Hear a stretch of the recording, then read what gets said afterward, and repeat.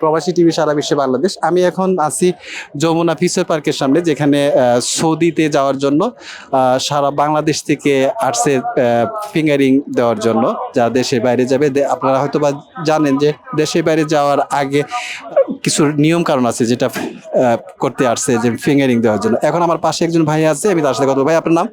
আব্দুর রহমান। আপনার বাড়ি কোথায়? নোয়াখালী। এখানে আসছেন কি বিষয়ে? আমি এখানে ফিঙ্গার দিতে আসছি আর কি। সৌদি যাবেন? সৌদি যাবো। এর পূর্বে কোনো দেশে গেছেন? না, এই প্রথম যাচ্ছে? এই প্রথম যাচ্ছি। কেমন লাগছে? আলহামদুলিল্লাহ, অনেক ভালো লাগছে। এই যে আসছেন, এখানে কতক্ষণ যাবত আসছেন? এই কত 1 ঘন্টা। এমনি যে সময়টার জন্য বরাদ্দ ছিল, এতে কি বেশি সময় লাগতেছে না খুব তাড়াতাড়ি কাজ করতে করে যেতে পারবেন মনে হয়? আলহামদুলিল্লাহ, তাড়াতাড়ি হয়ে যাবে। ফ্যামিলি কে কে আছে? 2 ভাই 2 বোন। আপনি প্রথম আমি সবাই যাচ্ছেন? হ্যাঁ, আমরা ভাই একটা গেছিল, ওমান গেছিল। আর আমি সবাই ছোট। আর সৌদি আরবে যে যাচ্ছেন ওখানে কেউ আছে আপনার আত্মীয়? হ্যাঁ, আমার দুলাভাই আছে, নিজের দোকান। ভাইয়ের আপনি যে নিজের এখন দোকান। যে বিষয়ে যাচ্ছেন, কি বিষয়ে যাচ্ছেন আপনি? কামেল আইডি।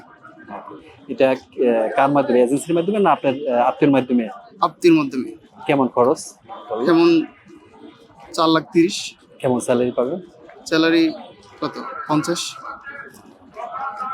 যাই হোক, প্রবাসী টিভির কে সময় দেওয়ার জন্য অসংখ্য ধন্যবাদ। আপনি প্রবাসী টিভির বিষয়ে কোনো কিছু বলা থাকলে বলতে পারেন।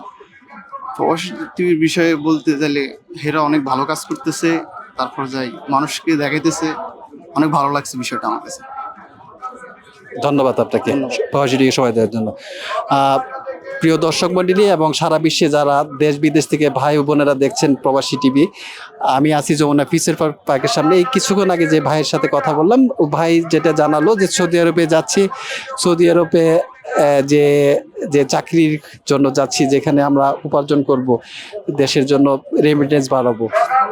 তো আমরা প্রবাসী টিভির পক্ষ থেকে সকল প্রবাসী ভাইদেরকে দোয়া এবং সুস্থতা কামনা করছি।